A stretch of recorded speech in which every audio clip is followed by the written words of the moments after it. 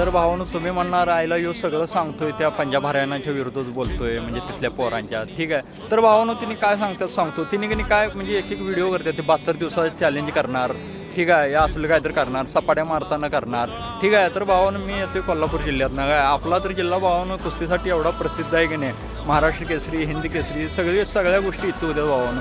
मोठी मोठी मैदान आहेत आपल्या इकडं, कुस्ती संकुल आहेत, ठीक आहे. म्हणजे गंगावेस तालीम आहे भावानं, खासबाग मैदान आहे, शाहू मैदान आहे, ठीक आहे, शाहू तालीम आहे.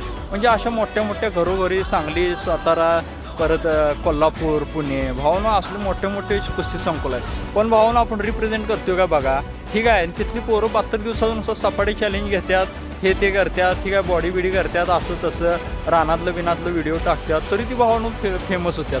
पण आपली होतात का बघा पोरं, आपली नुसतं भावानं पोरं मराठीत व्हिडिओ काढणार, मॉडर्न करणार, नुसतं जोक मारणार, ठीक आहे, एंटरटेनिंग पर्पजसाठी करणार.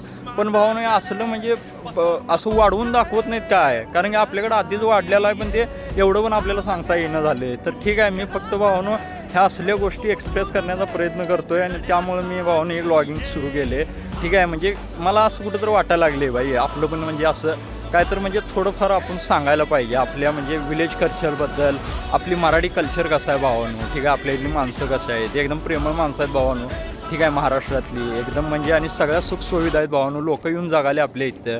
खरं आपण भावानं आपलं वाढवून म्हणजे सोशल मीडिया भावानं तिने जाम केलं आहे सगळं, एवढं लक्षात ठेवा. आपल्याला कुठं ना कुठं भावानं जरा पुढे गेलं पाहिजे, ठीक आहे. Thank you boys, love you all. Okay, धन्यवाद.